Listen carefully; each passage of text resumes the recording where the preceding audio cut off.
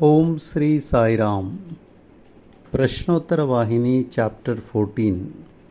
Spiritual Austerity. Question. Can one realize the Atma and merge, as you say in the Om Pranava, with this material body, composed of the five elements? Can the Atma be isolated from the body? How is that done? Answer. By meditation and other disciplines and by the recital of the Om mantra, one can discover the Atma and isolate it from the body. It is something like getting butter from curds, oil from sesame, water from subsoil, fire from wood. Churning, squeezing, crushing, boring, turning, these processes are needed, that is all. What happens is the separation of the Atma from the body, the disappearance of the belief that the body is the Atma or the Self. Question. Swami, many elders and sages say that we should visualize the individual soul, Jivatma, as the Supreme Atma, Paramatma, that we should cultivate that feeling, that conviction. How is that possible? Answer. Why do you think it is difficult? Isn't it easier to speak the truth than to speak falsehood? You are now declaring a falsehood as true, so all kinds of difficulties arise. Accept the truth that the individual soul and Supreme Lord are the same, and things become easy. First, recognize the Atma, the Self, as unrelated to the body. You can do this by meditation, etc. Just as scent is separated from flowers, sugar from cane, gold from rock, so separate the Atma from the physical body. Then, by means of single pointed reflection and meditation, etc., you can visualize the individual Atma as one with the Supreme Atma. That is the consummation of intense spiritual practice, tapas, the final freedom. Question. What exactly is intense spiritual practice, Swami? Answer. It means the end of the activities of the senses. One must be the master of all of them. There should be no trace of craving or appetite. It involves effort to attain Brahman, incessant yearning for the end. It must be expressed through moderate food and sleep. It means agony to realize the principle. Such a spiritual austerity tapas is called pure sattvic. Question.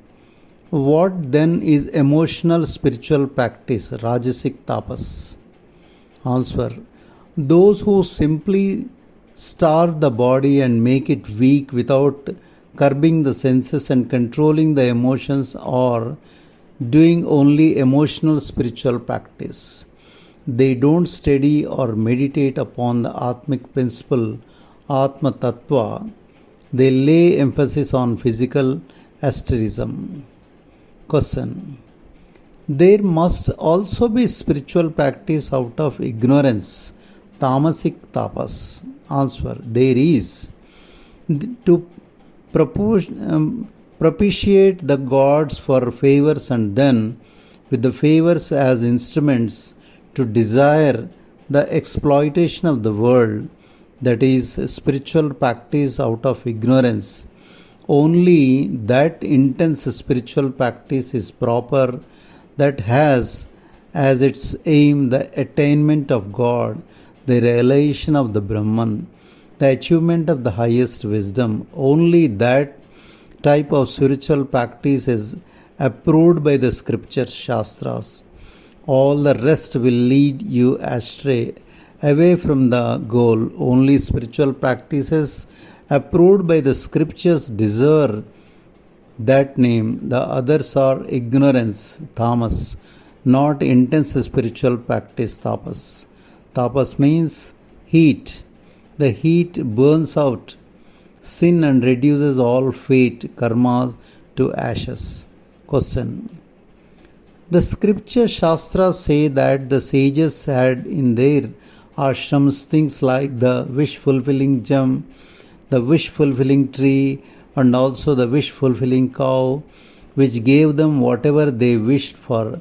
I can't understand why they should do spiritual practice at all. Please make this clear to me. Answer. Think about it well. Then you will know that the wish-fulfilling gem is not a jewel, nor the wish-fulfilling tree not a tree, nor the wish-fulfilling cow a cow. They are all names for the fruits of intense spiritual austerity, tapas. They are powers that automatically accrue to a person as a result of spiritual austerity. When one realizes all that one wishes for, it is called the power of the wish-fulfilling tree. When one subdues all desire, it is called the power of the wish-fulfilling cow. What is the power of the wish-fulfilling gem? It is the stage when you have no worry or mental agitation, a stage in which all sorrow is kept afar. When thought ends and the supreme spiritual bliss, Ananda, is won, it is the power of the wish-fulfilling gem. Mental agitation must disappear from thought, word and deed. Question. They also speak of mental spiritual practice, tapas. What does that mean? Answer.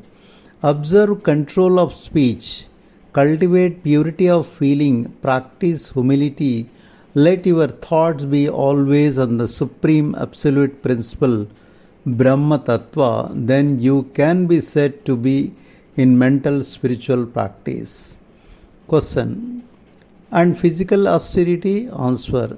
That is also good in its own way, reviving elders, revering elders, spiritual teachers, saints, sages and God make for purity, non-violence, sympathy with all beings, straightforwardness, all contribute to physical well-being, health and wholesomeness. Mental austerity leads to purity of mind, verbal austerity to purity of speech. By these three, the precious positions of wish-fulfilling cow, wish-fulfilling tree and wish-fulfilling gem are attained. They are attainments, not just cows, trees or jewels. Question. Have any attained the Brahmic principle, Brahma Tattva, and the Dharmic principle with the help of their success in intense spiritual practice? Who are they? Please tell me. Answer. Kapila Maharshi attained the Brahmic principle. The great sage Jaimini attained the Dharmic principle. Narada became a Brahmic sage. Bhagirath brought the Ganga down. Gautama pursued the river Godavari to flow on the earth. Valmiki realized the force of the Rama mantra and was enabled to compose the Ramayana. Gargi was established in spiritual studentship, Brahmacharya, and Sulabha in spiritual wisdom, all through intense spiritual practice alone. Why go on quoting example one after the other? Through intense spiritual practice, even Brahma, the creator, and Rudra, the destroyer, became once collaborators. Question.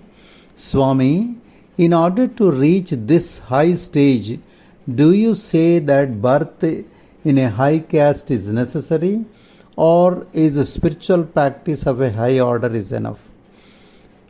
Answer. Caste without character is meaningless. It is just an empty label. Spiritual practice without the base of character is like the journey of a blind person. Morality, virtue, character, these are vital. On the basis of these, if spiritual practice is done according to the scheme laid down for the path one has selected, then there is no doubt of success. But you must take note of a caution That is essential. You must not give place to sloth simply because race is not important. Moral standards also accrue according to birth. So, to foster them, the consciousness of birth is helpful and important. But if through the accumulated merit of past births one has the treasure of goodness and virtue, then one need not attach much importance to birth.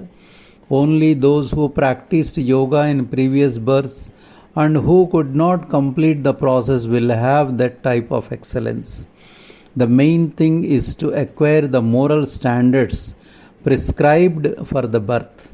Foster the birth with moral standards and make yourself fit and full with a high status in life. For some distance on the path of spiritual practice and spirituality, both birth and moral standards will help.